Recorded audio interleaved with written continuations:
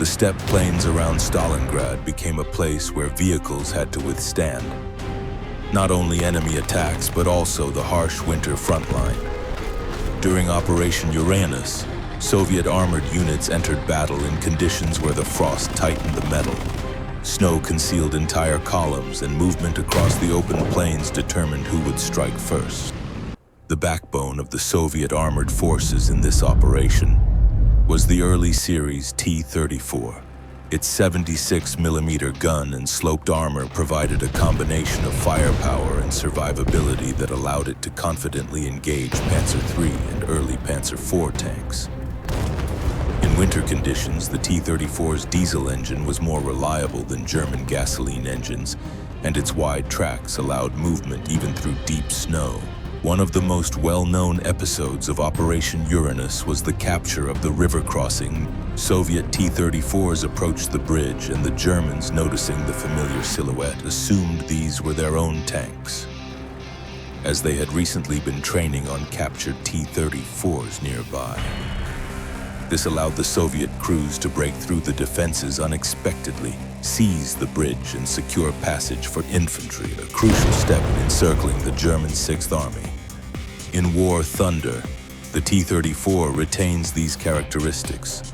It is a universal tank that allows aggressive action but still requires positional awareness. Its mobility and armor work best during flanking breakthroughs and fast assaults. During the Stalingrad campaign, German tanks often stood in open positions or were covered with straw to insulate them from the harsh winter cold. These conditions turned the vehicles into temporary shelters for mice, which chewed through the wiring inside the tanks. As a result, some Panzer III and Panzer IV vehicles simply failed to start when their crews attempted to move out for combat. In a both amusing and telling way, small rodents became unnoticed allies of the Soviet forces, creating an additional advantage without a single shot fired. This episode reminds us that war is not only about guns and armor. Unpredictable factors can sometimes decide the fate of vehicles on the battlefield. Operating alongside them were the heavy KV-1 and KV-1S tanks. The KV-1, with its thick armor, was a true moving fortress that German units often struggled to penetrate at medium range. The KV-1S modification became more maneuverable while retaining strong protection. In the game, these vehicles behave similarly. The classic KV-1 performs best in frontal duels, while the KV-1S offers a more dynamic playstyle, able to flank, relocate, and pressure the enemy with pace. Light tanks of the T-60 and T-70 series also played an important role. Small, maneuverable, and inexpensive to produce, they were used for reconnaissance, infantry support, and attacks on weak points in the enemy lines. In the winter steppe, their mobility allowed them to quickly push forward and occupy key positions. In War Thunder, these tanks excel at flanking maneuvers and capturing points. Their weapons are weaker, but good positioning and the use of their small profile make them effective in their niche. During Operation Uranus, Soviet forces received significant support from Lend-lease Valentine tanks.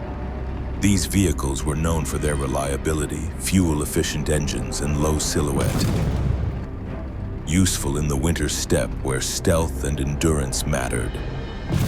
Although the Valentine was slower and less mobile than the T-34, it had strong armor for its class and enough firepower to defeat Panzer III tanks and lighter German vehicles at close range. In War Thunder, early Valentines behaved similarly. Slow, durable, and most effective in calm positional gameplay, where maintaining proper armor angles and playing defensively is key.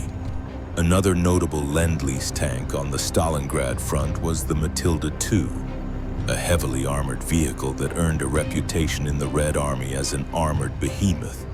Its 75-78mm of frontal armor made many Wehrmacht guns ineffective at realistic combat distances. allowing it to confidently support infantry during assaults in urban combat. Though slow and armed with a relatively weak gun, its survivability made it valuable in the fighting near Stalingrad. In War Thunder, the Matilda II retains this role. Excellent at taking hits and winning frontal duels, but heavily dependent on smart routing and teamwork due to its low mobility. Another, though scarce, Lend-lease vehicle on the Stalingrad sector was the M3 Lee. Its unusual layout with a hull-mounted 75mm gun and an additional 37mm turret made it unconventional but useful in certain scenarios. Its main gun had solid penetration, allowing it to destroy fortifications and enemy medium tanks effectively. Despite its bulky build in the winter steppe, the M3 Lee could sometimes act as an effective mobile artillery platform. In War Thunder, the tank retains its quirks. The unusual configuration requires practice, but with proper positioning it can control an entire direction thanks to its two independent guns, especially when fighting at medium range. Among Soviet anti-tank assets near Stalingrad, the ZIS-30 stood out, though only a small number existed. Just a few dozen were used to guard key sectors of the front and engage German medium tanks. Its lightweight, mobile truck-based chassis combined with a powerful 57mm gun enabled accurate fire from medium distances, capable of inflicting serious damage even to Panzer III and IV tanks. In War Thunder, the ZIS-30 is portrayed as a rare and fragile but highly effective anti-tank platform. Fast and deadly with accurate shots, but requiring caution and proper use of cover due to its lack of armor. Anti-aircraft vehicles, including the GAAZ with a 25mm gun, were used to protect columns and combat Luftwaffe aircraft. They were mobile and allowed quick responses to enemy air attacks or lightly armored ground targets. In the game, such anti-aircraft vehicles work best in the second line, engaging both aircraft and light ground targets. In the skies over the battlefield, Soviet Il-2 attack aircraft operated, one of the icons of the entire Eastern Front, with its armored cockpit and wide selection of armaments. The Il-2 could destroy vehicle columns, artillery, and fortifications while supporting the tank offensive. In War Thunder, it is equally resilient, capable of making accurate attack runs on armored vehicles but requiring proper tactics, low-altitude attacks, and timely pullouts. Over frontline areas, Soviet PE-2 bombers were also active, fast and maneuverable aircraft capable of precision strikes. Their high speed, strong bomb load, and steep dive attacks made them essential for supporting ground troops and destroying fortifications. In War Thunder, the P-2 displays the same strengths. Effective in precision bombing and attacks on armored targets, but the pilot must plan routes and maneuver carefully to avoid anti-aircraft fire and enemy fighters. They were escorted by Yak-1B and Lay-5 fighters, which dominated low and medium altitudes.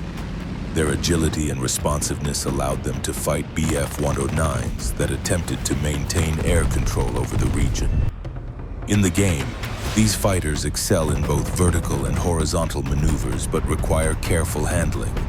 Their effectiveness depends on energy management and launching attacks at the right moment. It was in these battles, particularly in the Battle of Stalingrad, that Lydia Vladimirovna Litvyak demonstrated her remarkable skill. She became one of the most successful female pilots of the Second World War, and one of only 2 women to be posthumously awarded the title Hero of the Soviet Union. Litvyak flew a Yak-1 fighter and became a true legend, achieving 12 individual and 4 shared aerial victories.